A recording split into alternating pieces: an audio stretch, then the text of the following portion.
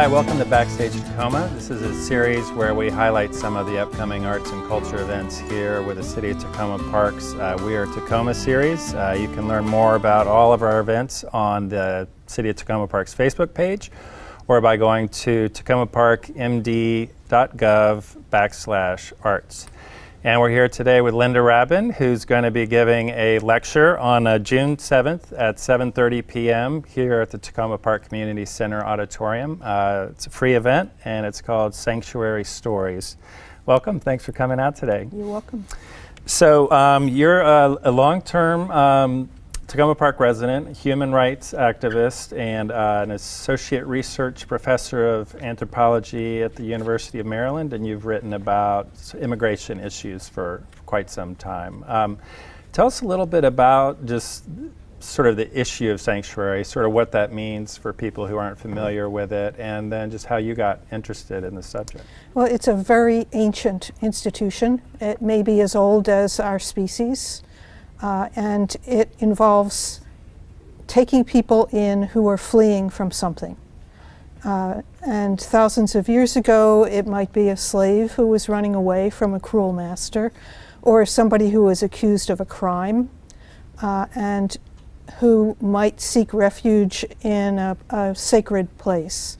So the word sanctuary does mean a sacred space. And the other name for it is from the Greek. Asylum is asilos, which means an inviolable place. So if somebody wants to come after someone who's been accused of a crime, who has been persecuted, they can't enter that sacred space. Mm-hmm.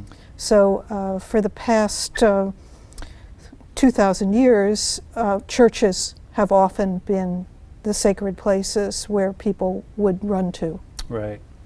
And I mean, we have the sanctuary issues very much in the news today with President Trump's trying to crack down on immigration, deporting more immigrants, even people who haven't committed any crimes, and spend billions on this border wall.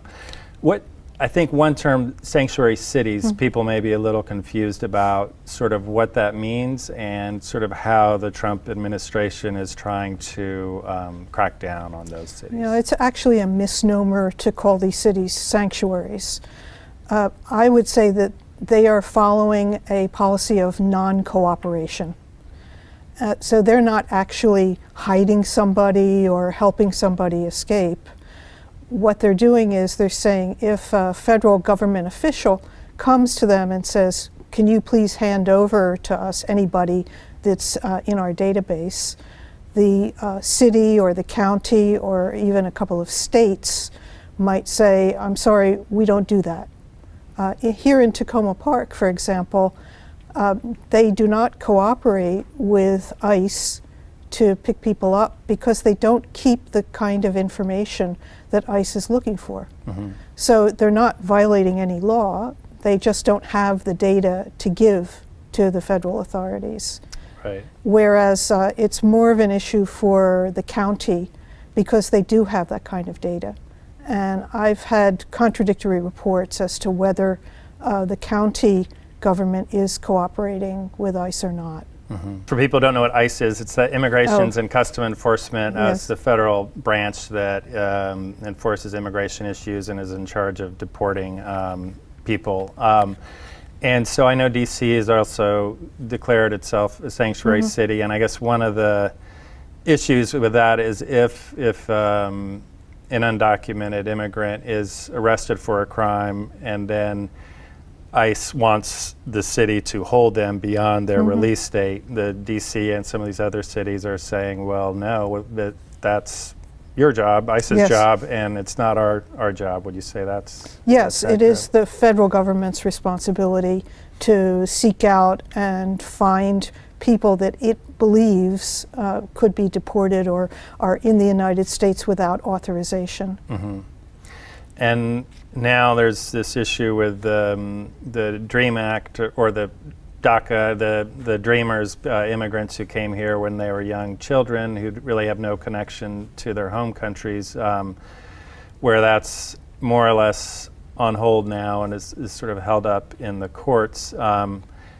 how do you see President Trump keeps portraying sort of immigrants as rapists or murderers or criminals?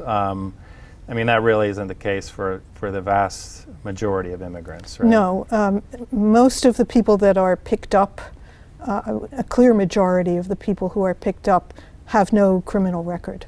They may have been picked up for a minor traffic violation, for example, or walking their child to school. And if the government believes that they've been in the United States without authorization and has a big database, which has lots of errors in it, then they will pick up that person. So there are many violations of due process that seem to apply to people that are picked up by ICE. And these issues are being litigated all the time. This is not a new story. If you look back at the history of the immigration agency, whatever it's been called over time, there has been a lot of litigation challenging their policies and the way they implement them. So it goes back many, many years. This is not a new fight. It's just been ramped up to a greater level of intensity, and there are more documented abuses now than ever, because now the immigration officials feel that they have been unleashed. And they are following directives that are arguably unconstitutional. And there have been examples, I know of one in Alexandria where just groups of Hispanic men have been stopped, even they're not committing any kind of crime, and ICE is just basically rounding people up and checking their documents even when there's no real probable cause to do so. Yeah, so there is an element of racial and ethnic profiling going on here. Right. What effect do you think that has on sort of immigrant communities as far as their willingness to, a lot of them who have been undocumented for years have been just showing up for annual sort of checks and check-ins with ICE, or if they are charged with a crime, whether they want to show up for their court date knowing they may be deported, or how do you think, as far as the trust level between sort of immigrant communities and I guess both local government and federal government, how It's that's at an impacted? all-time low. Whole communities are quite terrified. If you look at our community, Takoma Park and parts of PG and Montgomery County, you have a large population of Salvadorans, for example, who may have temporary protected status. And the government has just decided that that is going to be taken away, and that they will be expected to leave the country or to regularize their status by sometime next year. So those people who always try to stay under the radar and are by and large pretty law-abiding are very afraid that they're going to be picked up and deported with really no foundation aside from the fact that they look like immigrants. Right. And so your lecture and your research also is focused on other sort of sanctuary movements throughout history. And the city of Takoma Park designated itself as a sanctuary city in 1985 during a prior sort of sanctuary movement here in this country. Can you tell us a little bit about that and how that was different or similar to the current debate? That was a very important social movement. It went on for about 8 years or 10 years. It started in the Southwest, in Tucson, Arizona, and it was for Central Americans who were fleeing from genocidal or murderous regimes in Honduras, Guatemala, and El Salvador. And they were coming up to the United States, in some cases because they had family here, and in other cases because they thought they would be safe if they got here. And large numbers of Central Americans came here during the 1980s. For a while, there were people in the Southwest who were helping them cross the border and find refuge. And this was sometimes called the overground railroad. They would be helped to either find where their families were, or even go up to Canada, where they could feel safer.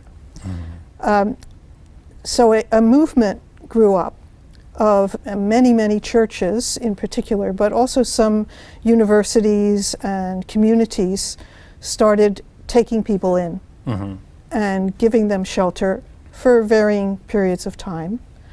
And this went on for a couple of years, but then the federal government decided to crack down, and they indicted 13 people who were leaders of this very large sanctuary movement, which had tens of thousands of people involved in it. And they were put on trial. They were actually, most of them were found guilty. They were put on probation, but they kept right on with their work. And this show trial actually spurred the growth of the sanctuary movement. By 1980, was it 84 or 85, when Takoma Park became a sanctuary city, it was already spreading. In 1985 is when this show trial happened. Okay. So cities all over the country were declaring themselves sanctuary. And at its height in the late 80s, there were more than 400 religious congregations that were giving people physical sanctuary or were helping them in some way to find safety. And so I think when some people think of sanctuary, it's the notion, you mentioned the sacred space, as far as where churches are actually housing people. ICE has had a long time policy of not actually doing a raid into a church.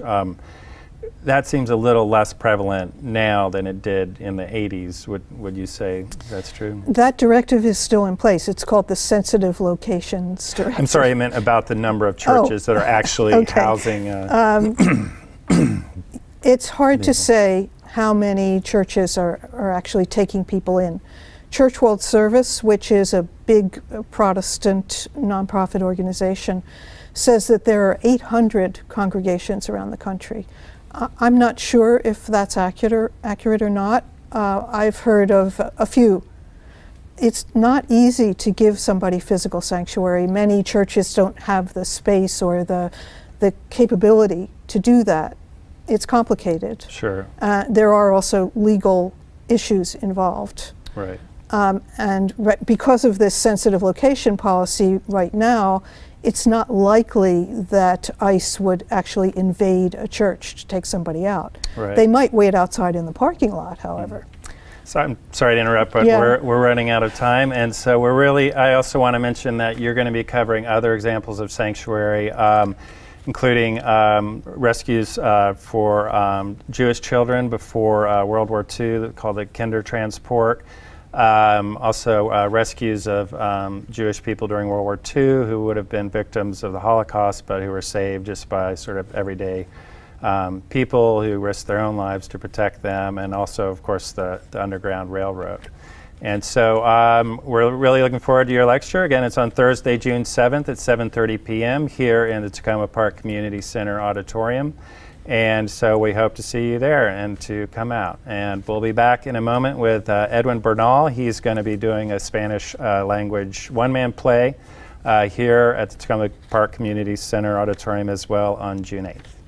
Thanks again, Linda. You're welcome. Everything starts out small. The things that hurt us, they all start from somewhere.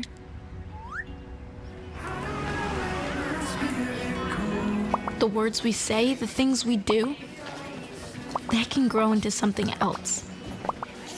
What was small and innocent can become big and sometimes scary.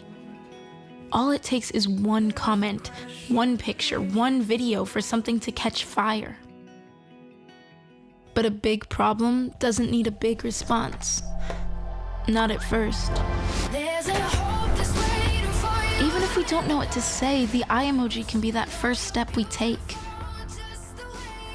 Let's all pledge to take that first small step together and change the world in a big way. I'm a witness, and so are you.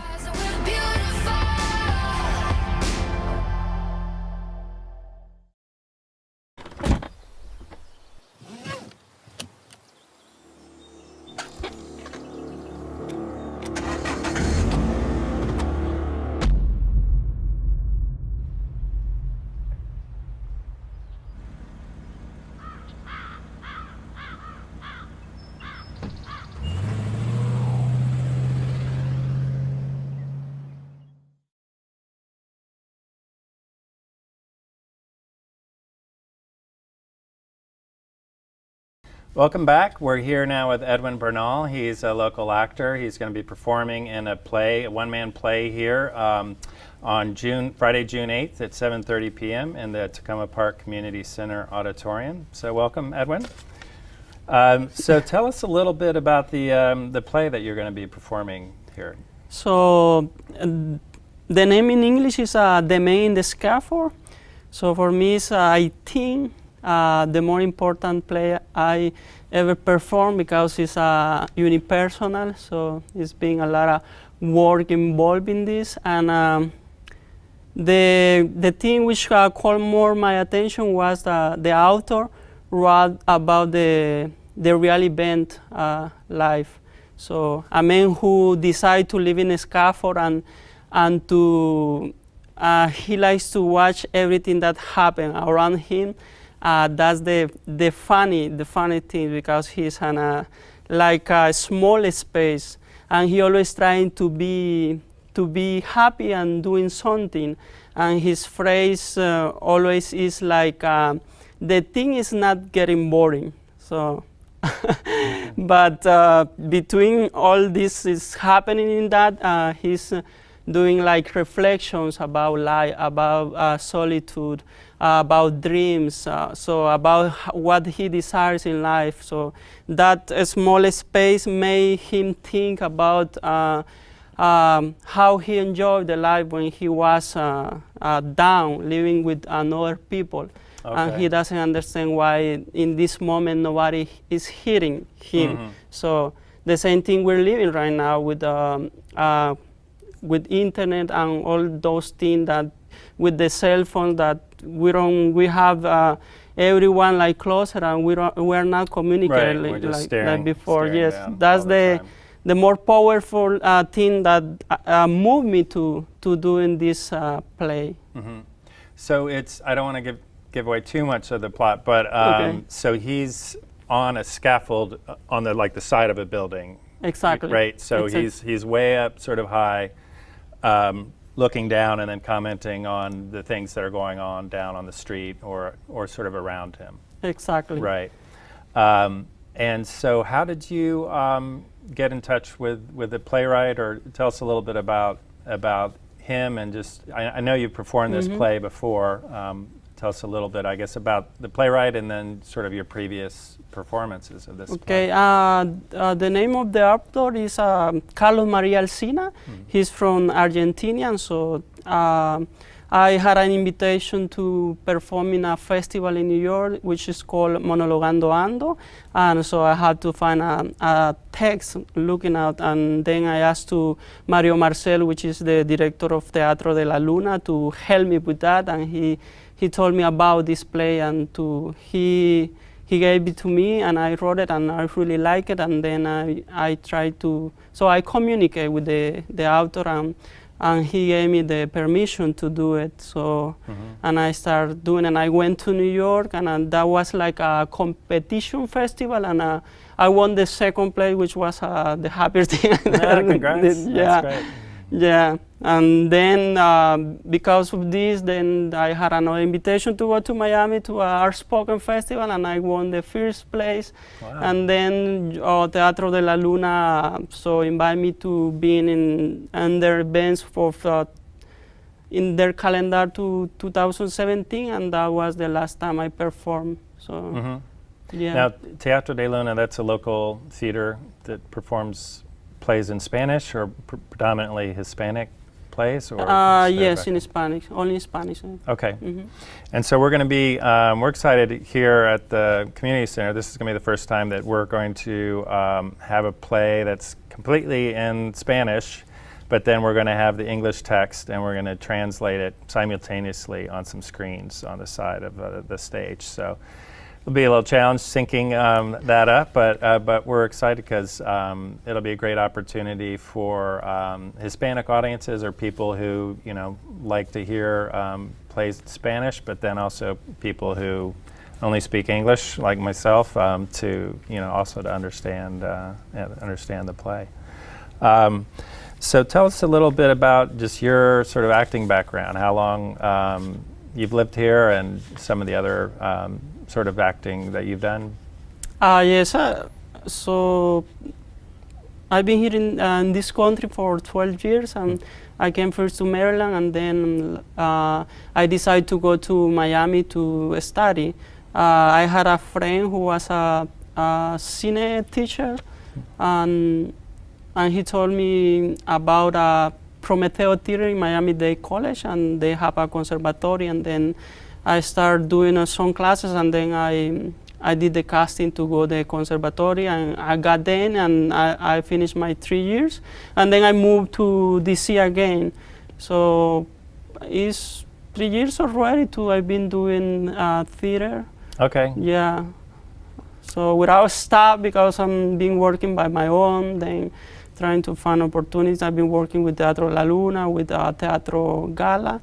So I'm performing by my own in festivals. Mm-hmm.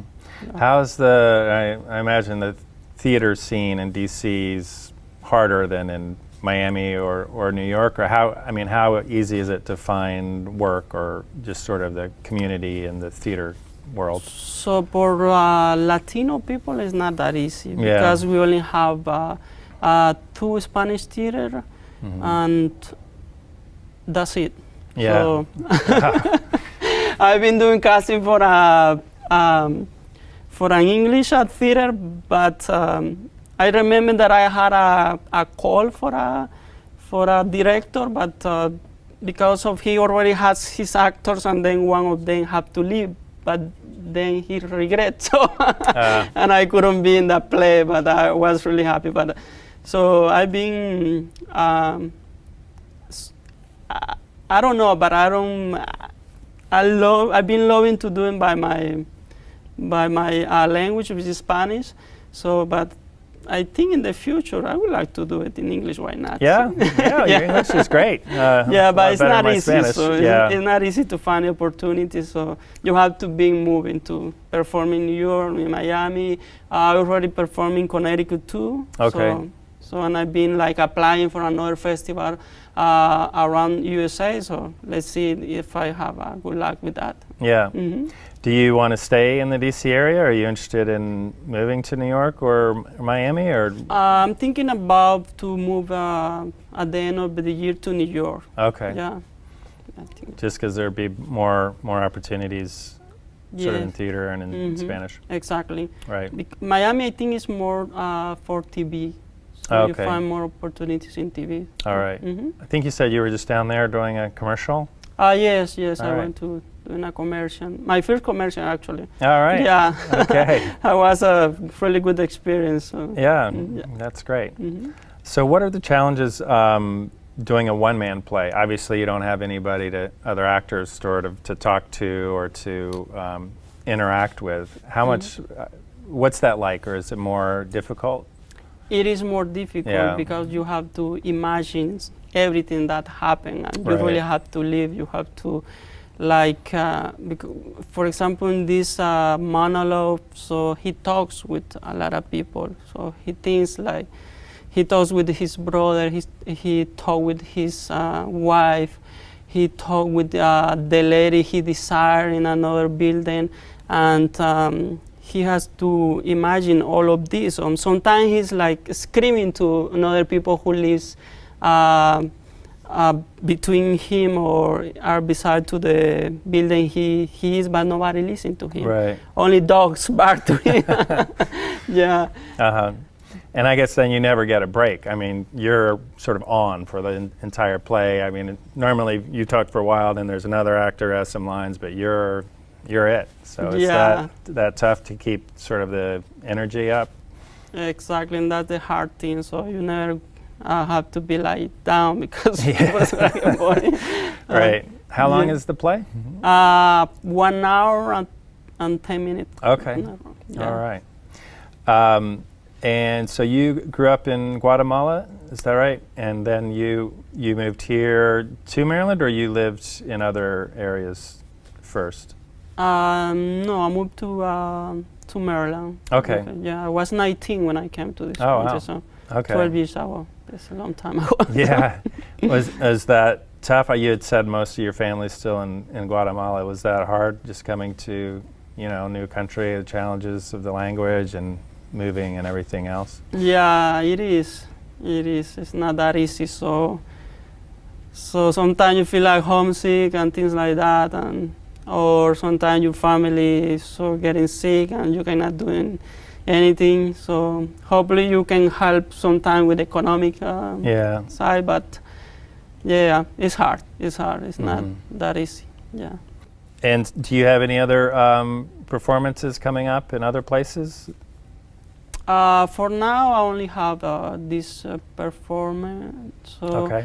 I'm trying to. So I really appreciate this opportunity because that's the problem we mostly having, to not have a space to express or to perform, to doing work with love. That's the harder thing, to find a place to perform. Yeah. Well, we're excited, and this is going to be an event in our We Are Takoma cultural series here at the Takoma Park Community Center. We have a lot of different events, performances, plays, film, screenings, lectures, art exhibitions. You can find out more about our events at on the city's Takoma Park's Facebook page, or at www.takomaparkmd.gov. And I'd like to thank Edwin again for coming out today. And we're looking forward. Your performance is going to be on Friday, June 8th, 7:30 p.m. Here in the Takoma Park Community Center auditorium at 7500 Maple Avenue in Takoma Park. It's free with a suggested $10 donation. So thanks again, Edwin. We really appreciate you coming. Thank you, Brenda. All right. It's a pleasure. Okay, take care.